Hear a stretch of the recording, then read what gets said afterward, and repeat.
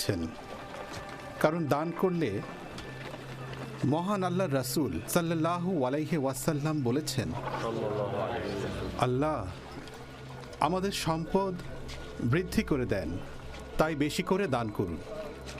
এতে আল্লাহ ও তার রাসূল সাল্লাল্লাহু আলাইহি ওয়াসাল্লাম অনেক খুশি হবেন। ভাইয়েরা আমার, তাই আজ থেকে আমরা বেশি বেশি দান করব।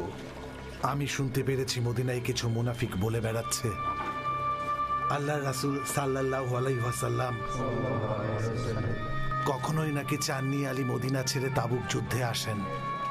কিন্তু আসল ঘটনা হলো, আল্লাহর রাসূল যখন ফিরে আলীকে যুদ্ধের জন্য প্রস্তুত হয়ে আসতে দেখলেন, তখন আলীর তরবারি ধরে তখন তিনি বললেন, মদিনায় ফিরে যাও আলী, কারণ আমি আমার পরিবারের দেখাশোনার দায়িত্ব দিয়েছি তোমাকে। মনে রেখো, আমি সর্বশেষ নবী, আমার পরে আর কোনো নবী আসবে না, আর এটাই হলো চিরন্তন সত্য।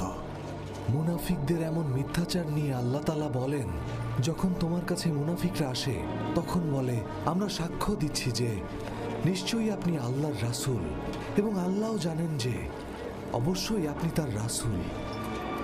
আর আল্লাহ নিজেও সাক্ষ্য দিচ্ছেন, অবশ্যই মুনাফিকরা মিথ্যাবাদী। তারা তাদের শপথগুলোকে ঢাল রূপে ব্যবহার করে, আর তারা আল্লাহর পথ হতে মানুষকে বিরত রাখে। তারা যা করছে তা কতটা মন্দ, এটা এজন্য যে তারা ঈমান আনার পর কুফরি করেছে, তাই তাদের সকলের হৃদয় মোহর করে দেওয়া হয়েছে, তাই তারা বুঝতে পারছে না। আল্লাহ তাদের হৃদয় দান করুন।